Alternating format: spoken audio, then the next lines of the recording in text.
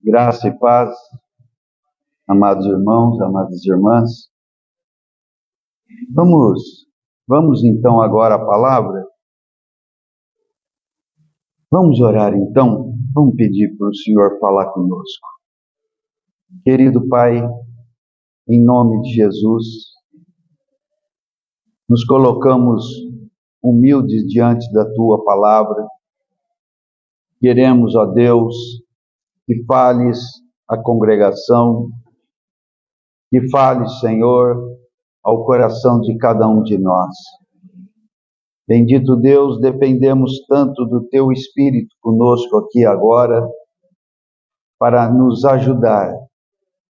Querido Espírito Santo, esteja com o meu falar, esteja igualmente com o ouvir dos santos, conduza-nos, Senhor, a um entendimento produtivo, a um entendimento que nos conduza a uma prática, ou que nos aperfeiçoe as nossas práticas. Que a Tua palavra, Senhor, produza em nós frutos de luz e de fortalecimento.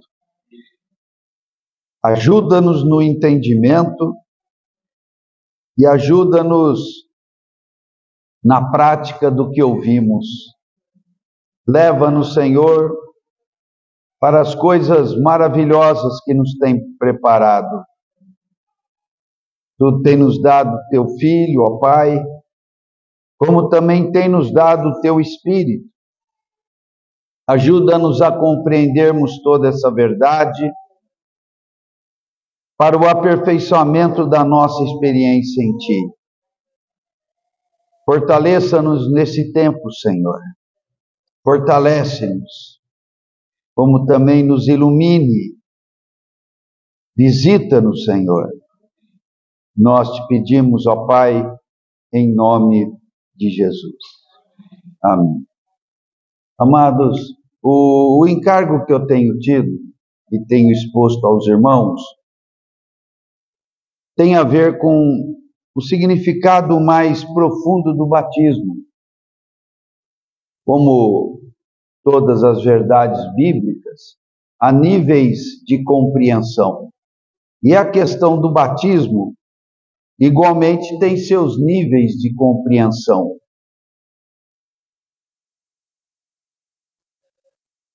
Um primeiro passo, irmãos, para vivermos a realidade de Cristo é a boa compreensão da verdade.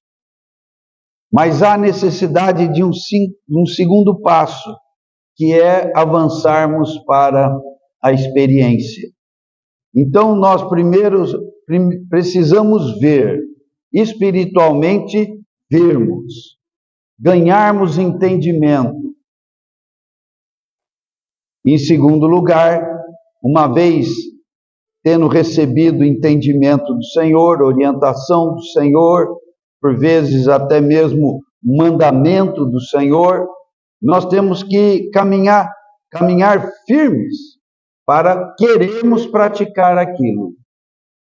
Então, nós tínhamos um problema, o crente, ou melhor dizendo, o ser humano em si, por conta do pecado, padece do problema de cegueira espiritual, significa uma mente imprópria para compreender assuntos espirituais, mas quando alguém crê no Senhor, começa um processo de cura espiritual dos olhos.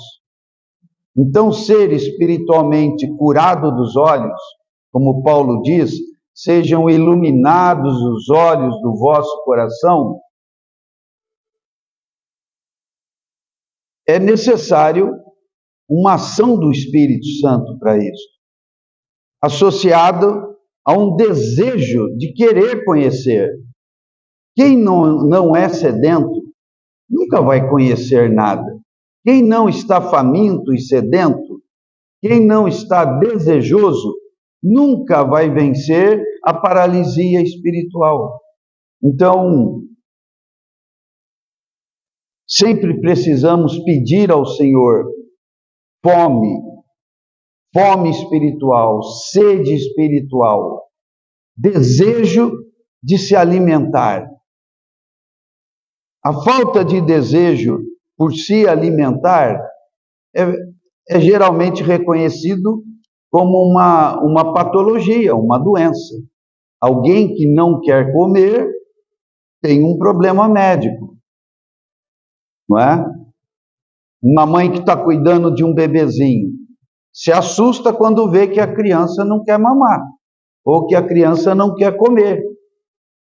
Já leva no médico. Então, falta de apetite sempre evidencia uma situação de doença espiritual, de enfermidade espiritual, que precisa de cura. Então, sempre que os irmãos se verem sem desejo de orar, sem desejo de ler a Bíblia, sem desejo de estar nas reuniões, isso é doença, irmãos. Então, se você está com dor e procura o médico, se você não se alimenta e começa a definhar e procura o médico, espiritualmente é a mesma coisa. Então, quando não temos desejo de nos alimentar, de buscarmos o Senhor, voltando à questão da cegueira espiritual, ela permanece lá. Os olhos não vão se abrindo. E se os olhos não se abrem, a percepção espiritual não vem para dentro do coração. E se a percepção espiritual não vem, certamente a prática não acontece. A vida cristã, irmãos, acontece na prática. E a prática, basicamente, está baseada na palavra e na oração. A prática cristã, basicamente, está alicerçada nesses dois pilares: oração e palavra. Dificuldade para orar. Busca o Senhor porque há aí uma enfermidade a ser curada. Busca, o Senhor é bom. Só seja humilde para reconhecer. Eu não tenho ânimo para ler a Bíblia. Outra enfermidade precisa ser curada. Senão, se não come, não se alimenta, vai morrer. É fatal, irmãos. Então, os cristãos que estão nas igrejas, muitos fazem várias coisas. Ministério da música, agora tem um ministério de mídia, cuidar das mídias, das transmissões, das gravações, ministério disso, irmãos, nada disso cura cegueira espiritual, nada disso alimenta. O que cura cegueira espiritual é se alimentar da palavra. O que cura cegueira espiritual é ler a palavra em comunhão com o Senhor e orar. Tudo gira em torno dessas duas coisas, irmãos. O Espírito Santo se move nessas duas coisas. As outras são acessórias. Mas se concentrem nisso. Se está faltando oração, se está faltando desejo pela leitura da palavra, você está espiritualmente enfermo. Precisa de cura, precisa de uma intervenção divina. Como é que se resolve isso? É pedindo. Indo a Deus para resolver esse problema. Não é? É uma coisa que, às vezes, quem prega fica meio indignado dos irmãos não orarem e ler a Bíblia e começa a fazer cobranças. Vocês têm que ler a Bíblia!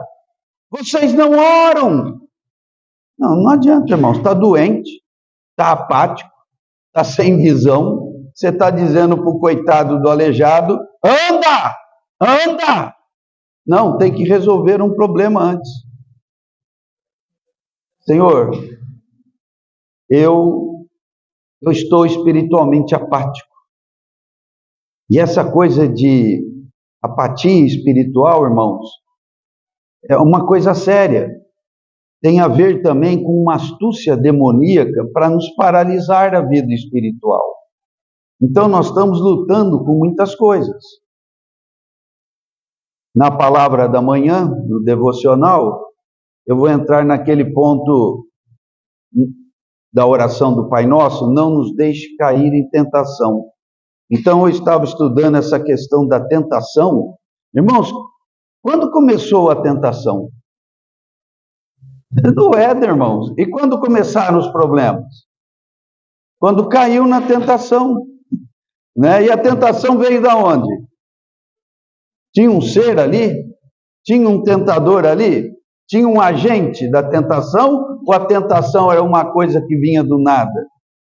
Não, tinha uma serpente lá, numa árvore, que o Senhor tinha dito para não comer. Então nós temos que encarar seriamente a realidade. Nós temos um adversário que quer nos parar de todos os jeitos. E a palavra dos apóstolos a esse respeito é: resiste ao diabo. Resiste, resiste. Paulo diz: tome toda a armadura de Deus, porque a nossa luta é com demônios. Se reveste de toda a armadura de Deus, resiste no dia mau, vença tudo e permaneça inabalável. Não é? Pedro já diz: sede sóbrios e vigilantes. Não descuidem disso. O diabo, nosso adversário, como um leão rugindo, ele está dando volta em torno da vida de cada um de nós, querendo nos devorar, só isso. E a palavra do apóstolo é: resisti-lhe firme na fé. E esse resistir é mais bem explicado por Tiago. Ele diz: sujeitai-vos, pois, a Deus, mas resisti ao diabo, até que ele fuja. Há esse poder em nós, não é? Então, eu estou falando de apatia espiritual. O adversário, ele tem os seus meios muito astutos, muito sutis, de instalar em nós apatia espiritual. E como é que eu detecto? Pela falta de apetite espiritual. Falta de desejo por ler a Bíblia, falta de desejo por orar, falta de desejo por vir na reunião. Não adianta, se não fizer essas coisas que são fundamentais, não vai ter força para reagir. Então, a questão toda, voltando ao que eu disse no princípio, nós precisamos primeiro de boa compreensão espiritual, e para termos boa compreensão espiritual, nós não podemos estar apáticos, ou apático, ou abatido, desanimado. O que está em estado de inanição espiritual não tem percepção espiritual, não é? Então, toda a realidade cristã começa primeiro com percepção espiritual. E para isso nós precisamos de saúde espiritual. Aí vai tudo que eu acabei de dizer. E uma vez percebido, eu tenho que realizar. Eu tenho que implementar, tenho que fazer acontecer. Então a palavra vem e diz, por exemplo, que eu devo orar, pegar a coisa mais simples, que eu devo ler a Bíblia. Puxa, eu não estou lendo. A palavra veio. Se eu não estiver muito doente, eu vou perceber que eu preciso reagir. Reagir para ir ao encontro do quê? Ao encontro do quê? Da prática. Porque é na prática que as coisas se resolvem. Então, irmãos, entendam claramente isso. A vida cristã é uma questão de percepção espiritual e de realidade espiritual, prática espiritual. Sem isso, o Espírito Santo não tem como mover-se no nosso viver. Então nós temos que nos abrir ao Senhor para sermos saudáveis espiritualmente. Amém? Então, irmãos, eu tenho falado sobre o batismo em Cristo. Gálatas 2, 23, 27 diz: todos quantos fostes batizados em Cristo, de Cristo vos revestistes. Veja, os apóstolos usam palavras de compreensão, assim, por vezes muito difíceis. Mas nós temos que parar, procurar entender, para mergulharmos nessa realidade. Quem foi batizado em Cristo, de Cristo está revestido. Então, o que é batismo? A palavra grega batismo significa imersão, é estar mergulhado. É estar mergulhado dentro de Cristo, não é? Então, se eu pratico as coisas que tenho aprendido, a realidade de Cristo transborda de mim.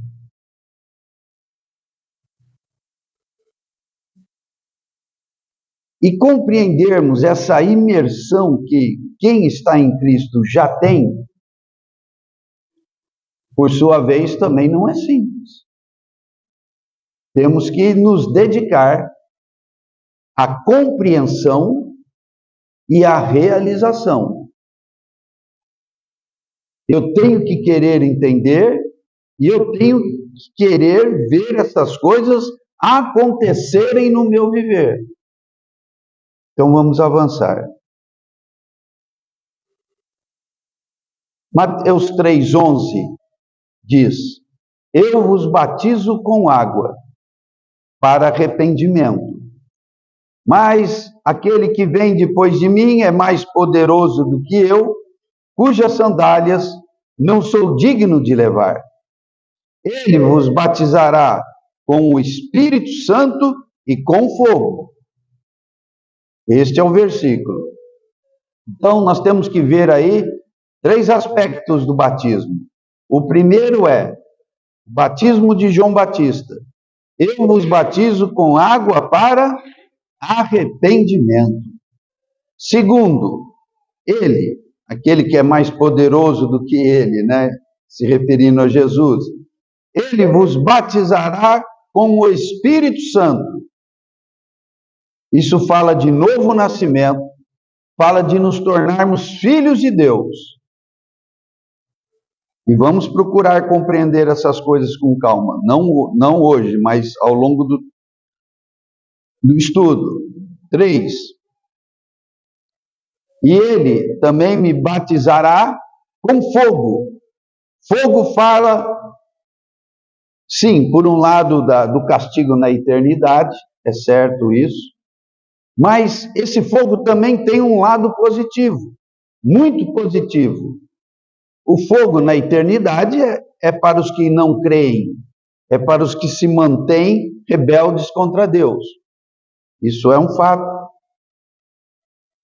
Mas, quando ele diz que batiza com fogo, esse fogo também tem um lado muito positivo, que tem a ver com disciplina, com purificação, com transformação e conformação a Cristo.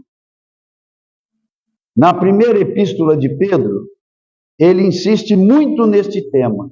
Não estranheis, amados, o fogo ardente que surge no meio de vós, destinado a provar-vos. Como se alguma coisa estranha estivesse acontecendo. Pedro está dando essa notícia para nós. O fogo ardente no nosso meio não é coisa para se estranhar.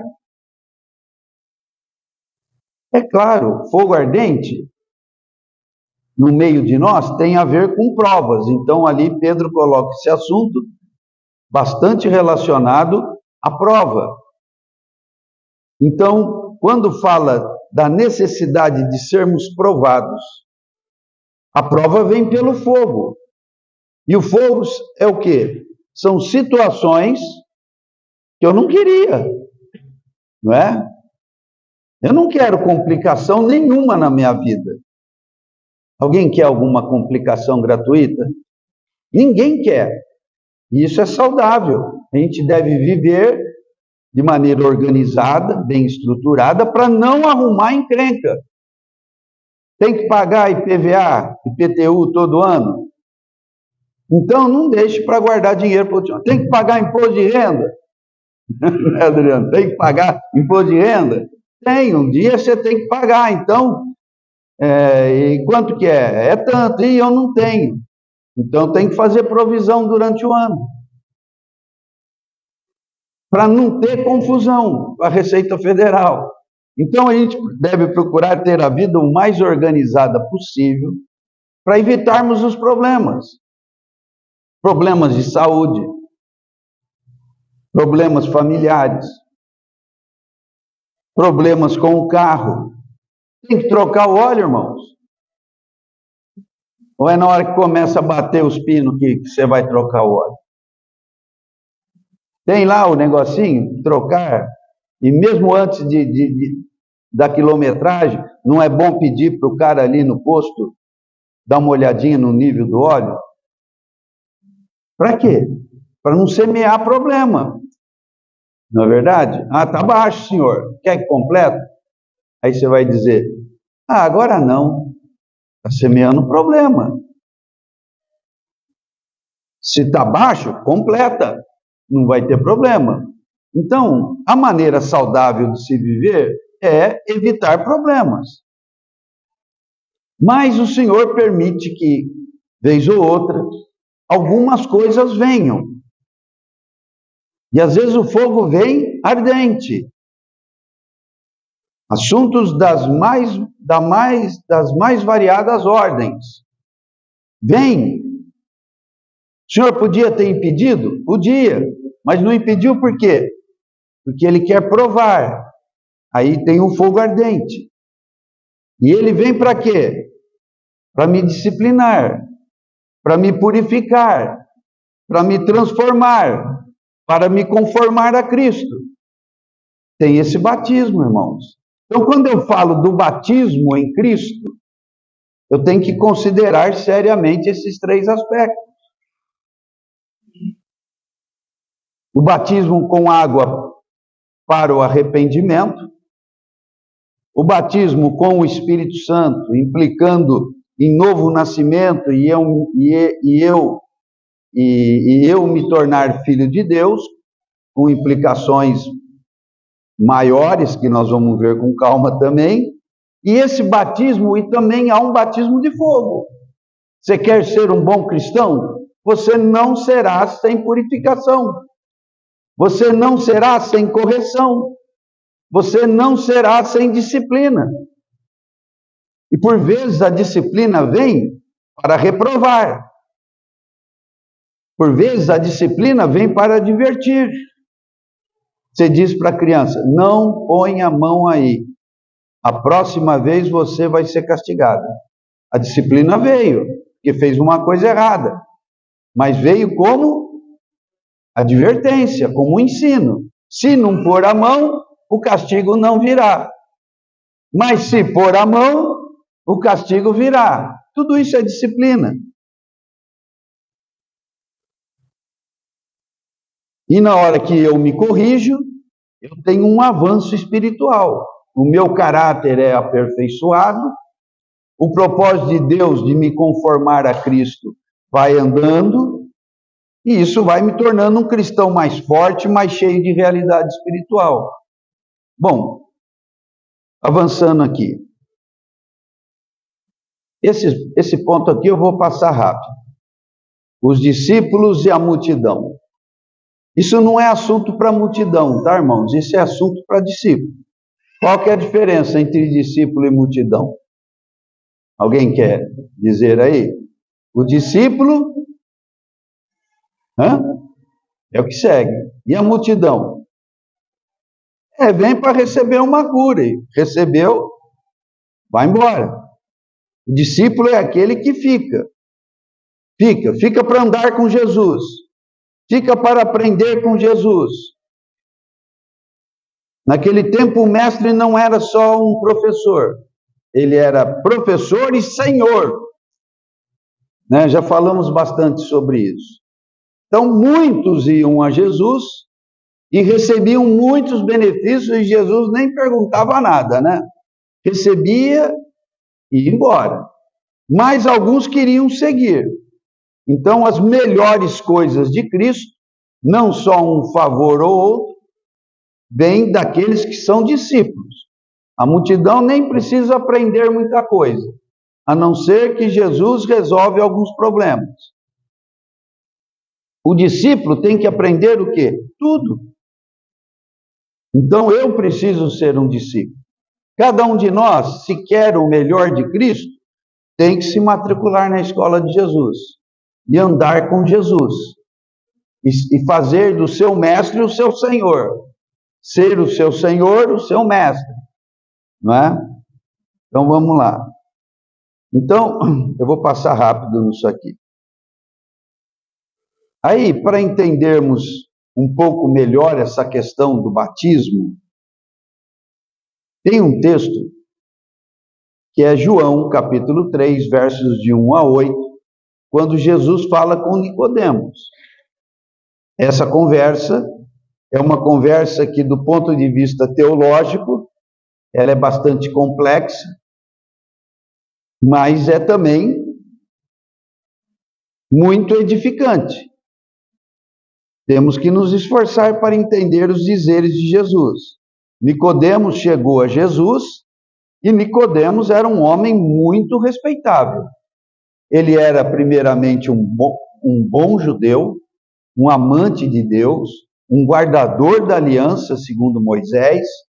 Era uma pessoa de boa reputação, uma pessoa já de idade, de boa reputação. Ele era um membro do Sinédrio, quer dizer, ele era alguém da elite da sociedade judaica naqueles dias.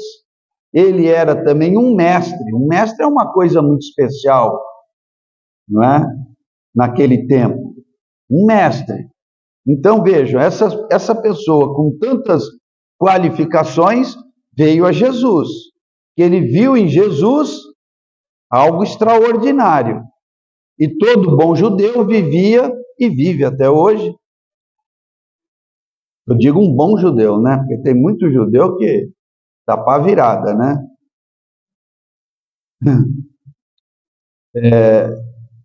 Mas, em especial naquela época, os judeus viviam muito na expectativa da vinda do Messias. O que havia de principal no judaísmo, no religioso, né, no judaísmo, era a vinda do Messias. Esse é o ponto top de ser um judeu dentro do judaísmo. É que o Messias, o ungido, o Cristo vem. Então, Nicodemos observou Jesus e suspeitou que Jesus poderia ser o Messias. O Sinédrio não recebeu Jesus. Então ele, como membro do Sinédrio, aquela alta corte dos judeus, estar ali com Jesus poderia ser péssimo para a reputação dele. Porque, por fim, quem crucificou Jesus foi o Sinédrio, que é essa corte. E ele era membro dessa corte. Ele e um outro homem chamado José de Arimateia. Os dois eram esse tipo de pessoa nobre, da elite. E foram os dois que tiraram Jesus da cruz e o embalsamaram e colocaram no túmulo. Tiveram uma participação extraordinária no processo todo da morte de Cristo. Temos que bater palma para esses dois. Não só pelo que eles fizeram, mas pelo risco que eles correram fazendo isso. Então, esse homem Nicodemos vem se encontrar com Jesus durante a noite e diz: Rabi, sabemos que é mestre vindo da parte de Deus, porque ninguém pode fazer esses sinais que tu fazes se Deus não estiver com ele. Então, o que é que abriu os olhos de Nicodemos com relação a Jesus? Foram os sinais. Por isso que em João, milagre não é chamado de milagre, é chamado de sinal, porque aqueles milagres não eram quaisquer milagres, eram milagres que, segundo o crer daquela época, apontavam para o Messias. Não é? Tem os chamados milagres messiânicos. Curaram um cego de nascença, curaram um leproso e expulsaram um demônio surdo-mudo. Eram coisas das escolas dos rabinos. Eles pregavam isso, e certamente nisso eles estavam certos, era por orientação do Espírito Santo. Olha, se aparecer alguém curando um cego de nascença, expulsando um espírito surdo e mudo, e curando um leproso, olha, nós estamos diante do Messias. E Jesus foi abundante nesses milagres. Então, Nicodemos logo foi despertado para isso. E o homem temente a Deus que era, foi se encontrar com Jesus à noite, possivelmente para não ser visto, mas ele foi. E Jesus então diz a ele algo sobre batismo, reino, sobre ver o reino e entrar no reino. E Jesus dá uma resposta que teologicamente, coitado, ele não entendeu nada. E até hoje a gente também está com dificuldade para entender. A resposta foi: em verdade te digo, se alguém não nascer de novo, não pode ver o reino de Deus. Aí Nicodemos vai dizer: mas do que é que o senhor está falando? Eu sou velho. O senhor está falando de eu voltar ao ventre da minha mãe? Eu não estou entendendo, Senhor Jesus. Nicodemos foi bem sincero. Ele tomou ali, ele pensou, ele era um mestre, uma pessoa altamente instruída na lei e em todas as coisas do judaísmo. E ele falou: eu nunca aprendi nada desse tipo, essa aula eu nunca tive. E eu estou aqui porque eu vi sinais. Então estou sabendo que o senhor está falando coisas novas. E o senhor acabou de dizer uma coisa que eu não entendi nada. Se fosse eu ia querer explicar, mas como não era eu, era Jesus, Jesus complica mais ainda.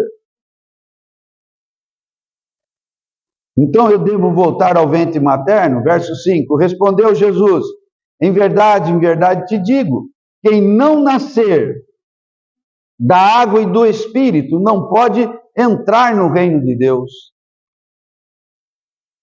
E o que já estava difícil, ficou mais complicado ainda. O que é nascido da carne é carne.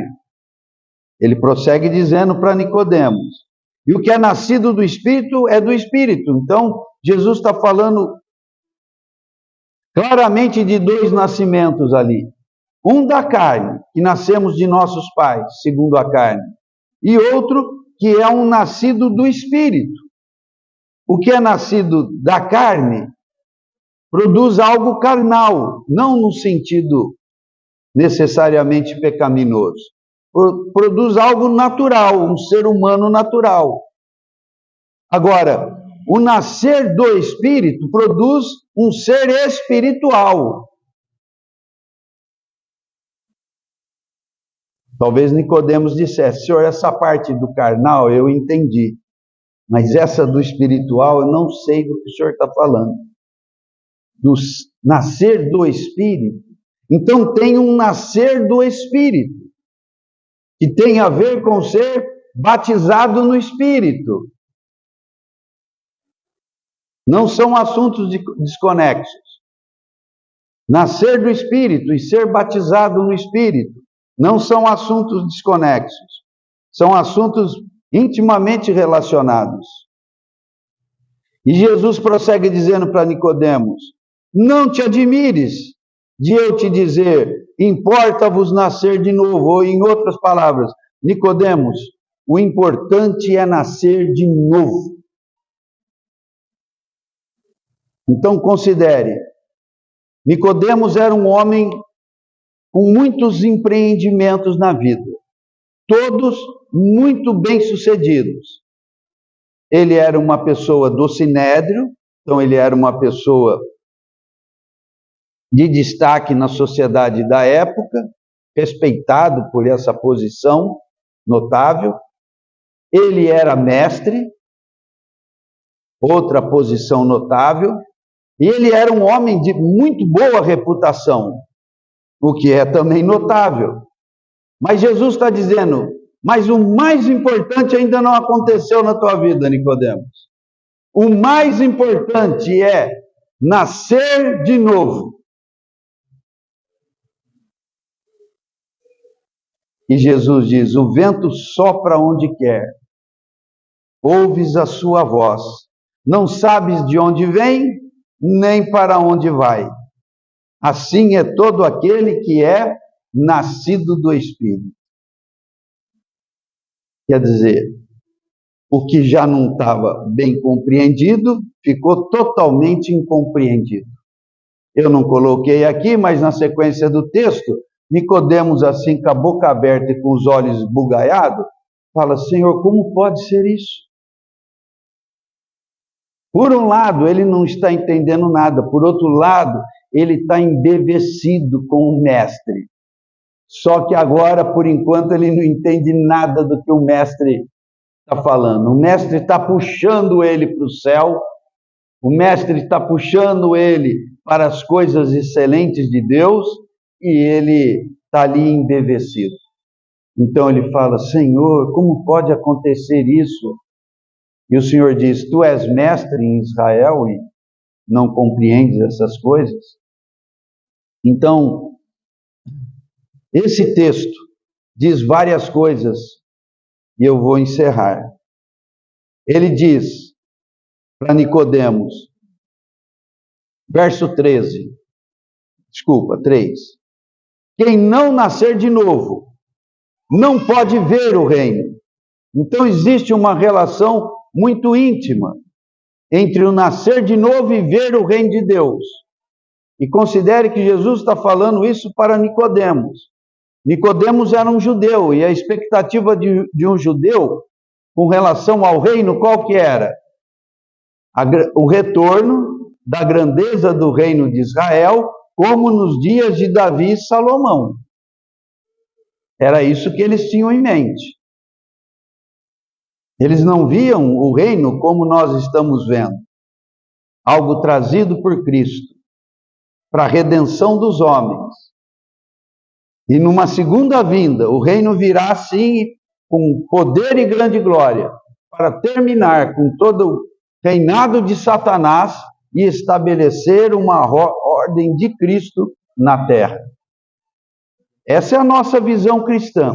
Mas para o judeu, era o simples retorno às glórias do passado. Então, essa ideia, Nicodemos tinha bem. E o Senhor falou uma coisa que trazia uma inovação muito grande com respeito ao conceito de reino. Só vai entrar no reino quem nascer de novo. Aí Nicodemos pensava, mas tem que ver esse negócio de nascer de novo com o reino.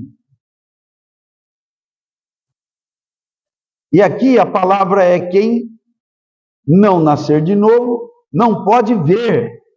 Ou em outras palavras, Nicodemos, se você não nascer de novo, você não vai ver, você não vai entender nada sobre o reino de Deus.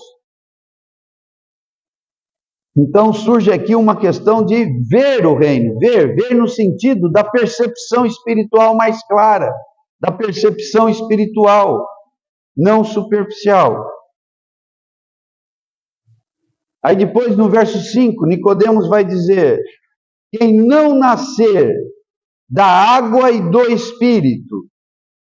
Nascer da água, dentro do contexto todo, possivelmente está falando do batismo de João. Eu vos batizo com água para arrependimento. Isso é nascer da água. Então eu estou relacionando aqui a questão do batismo com o nascer de novo. Quem não nascer da água e do Espírito. Então precisamos ter uma experiência profunda com arrependimento e precisamos ter uma experiência profunda com essa questão do nascer do Espírito, que por fim, nós vamos ver com mais calma nas outras vezes, tem a ver com se sujeitar ao Espírito Santo.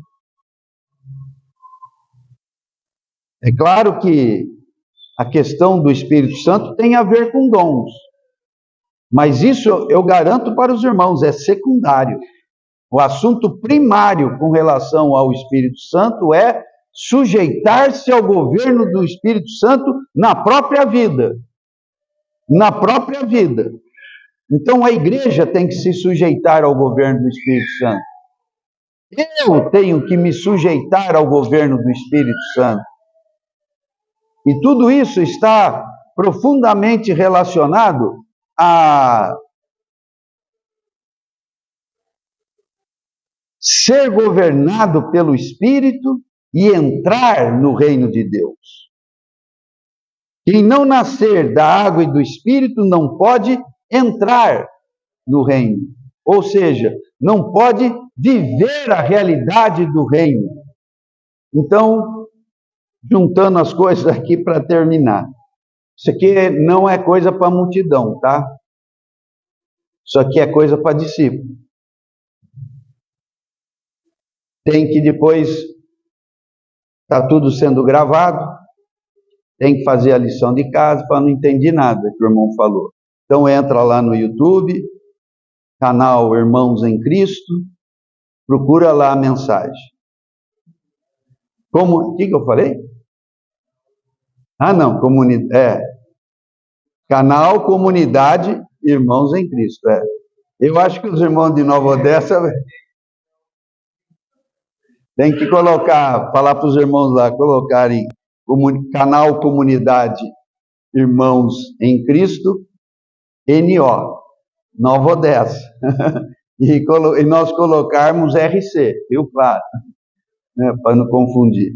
Mas também, deixa eles ouvirem as mensagens dos irmãos lá também. Mas são coisas para serem estudadas, meu irmão. Eu disse, voltando ao que eu disse no começo, você quer a realidade do reino? Então primeiro tem que entender. Depois que entender, e essa nem é a parte mais complicada, irmãos. Eu quero isso daí. Eu quero viver isso daí. Aí você tem que mergulhar na prática da oração e na prática da leitura da palavra.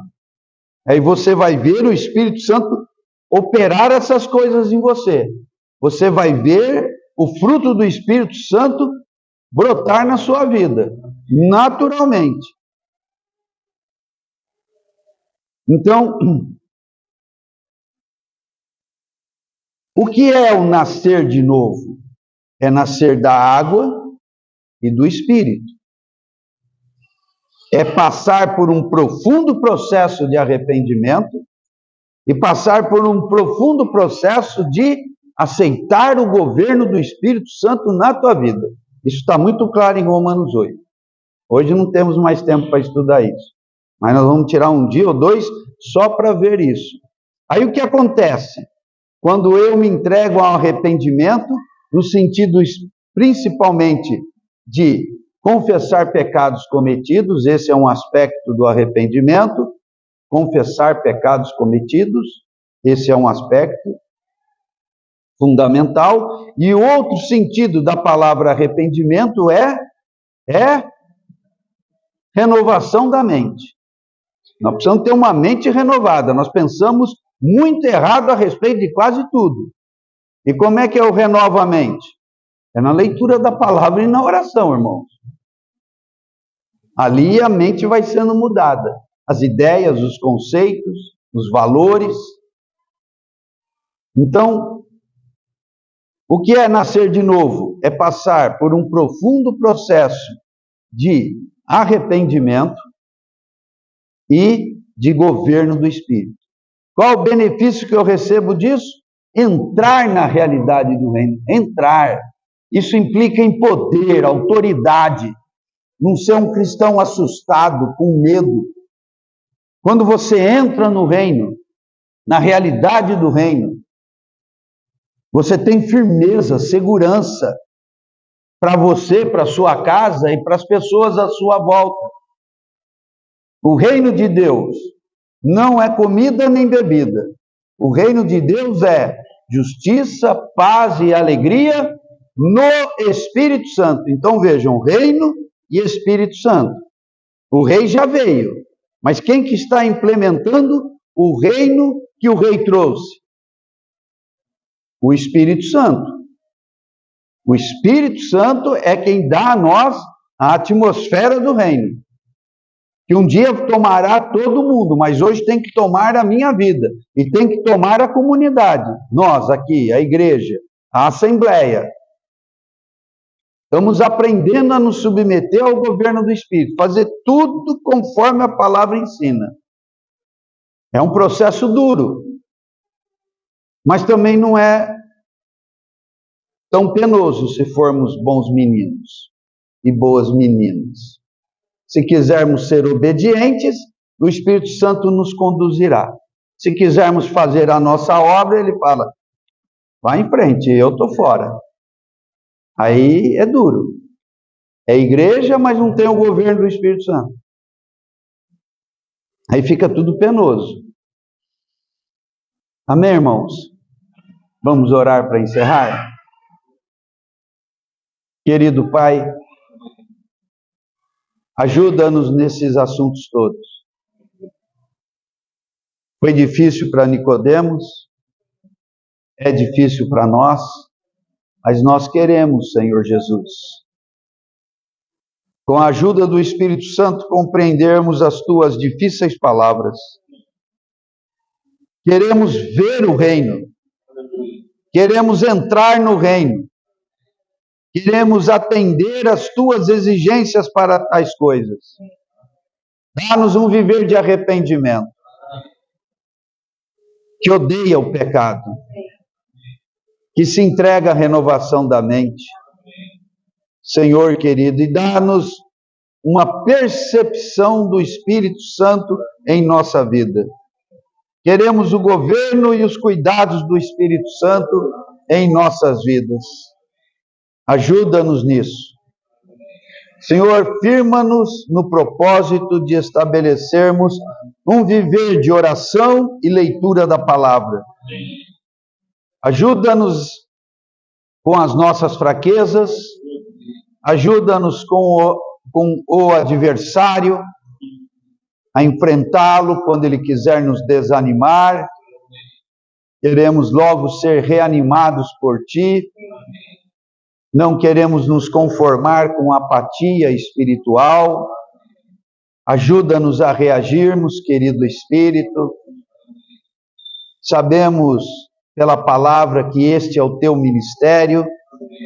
Nos animar na força do Seu próprio poder o tempo todo, segundo a riqueza da glória de Deus o Pai.